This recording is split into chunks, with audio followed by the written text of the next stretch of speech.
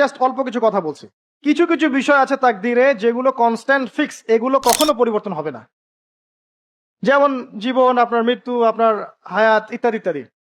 কিছু বিষয় আছে যেগুলো ঝুলন্ত, মুআল্লাকা।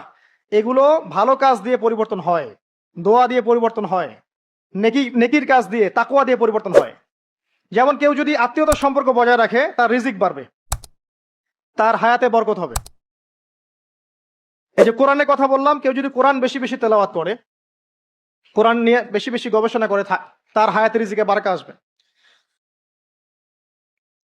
কেউ যদি প্রতিবেশীর খোঁজ খবর নেয়, পিতা মাতার সেবা করে, মা না থাকলে খালার সেবা করে, তারও বারাকা আসবে। কেউ যদি বেশি বেশি দোয়া করতে থাকে, আল্লাহর কাছে প্রচুর দোয়া করে, খালি দোয়া আর দোয়ার উপর থাকে, দেখবেন ও বিপদ আপদে কম পড়বে। আর বিপদ আপদ আসলেও দেখবেন আল্লাহ পাক গায়েবী মাদাতে দেখবেন কোনো না কোনো ভাবে তাকে সেভ করে ফেলছে। কারণ দোয়া দিয়ে তাকদীর পরিবর্তন হতে পারে।